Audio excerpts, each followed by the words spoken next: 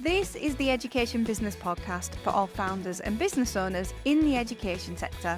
This podcast is for you if you have an education business or you're thinking about starting one. That could be tutoring, publishing, holiday clubs.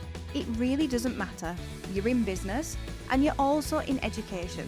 But most of all, you're focused on improving outcomes for children in the way you know best, through your business. I'm Claire Riley, co-founder of educational resources website Classroom Secrets, and I'll be sharing how to make your education business bigger, better, and have more impact through my own experiences and also the conversations I have with other founders and business owners in education. The Education Business Podcast is sponsored by Classroom Secrets, helping you to support your children's learning. There comes a time in business when you have to start planning further ahead. It's in everything, but today I'm really talking about the day-to-day stuff. I'm not really thinking about planning ahead in terms of your business plan. But as you bring on team members or you start working with more clients or freelancers, you have to try and squash that part of you that wants to be spontaneous all of the time. And if anyone has found this difficult, it's me. So it's interesting to bring this one to you because it's a lesson I've had to learn and it's been a really, really hard lesson. But you have to be able to plan more in advance, especially your meetings. Because if you don't, as you grow your team, what happens is you have all of these competing priorities. And it can happen still at Classroom Secrets, and I find it incredibly frustrating. So for example, imagine you're going to be going on holiday in 6 working days, and you have certain meetings booked in, but not everybody has booked meetings in that they need with you before you go so they can continue with what they have to do. Then they're going to try and cram your diary and get you to move things around. And it's a big waste of time.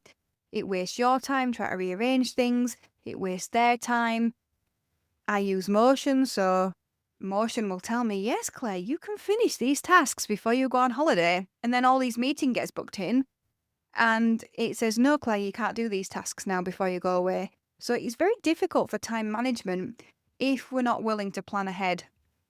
Now, I'm not saying that there won't be last minute meetings, but there are lots of things that you know are going to happen if you really think about it.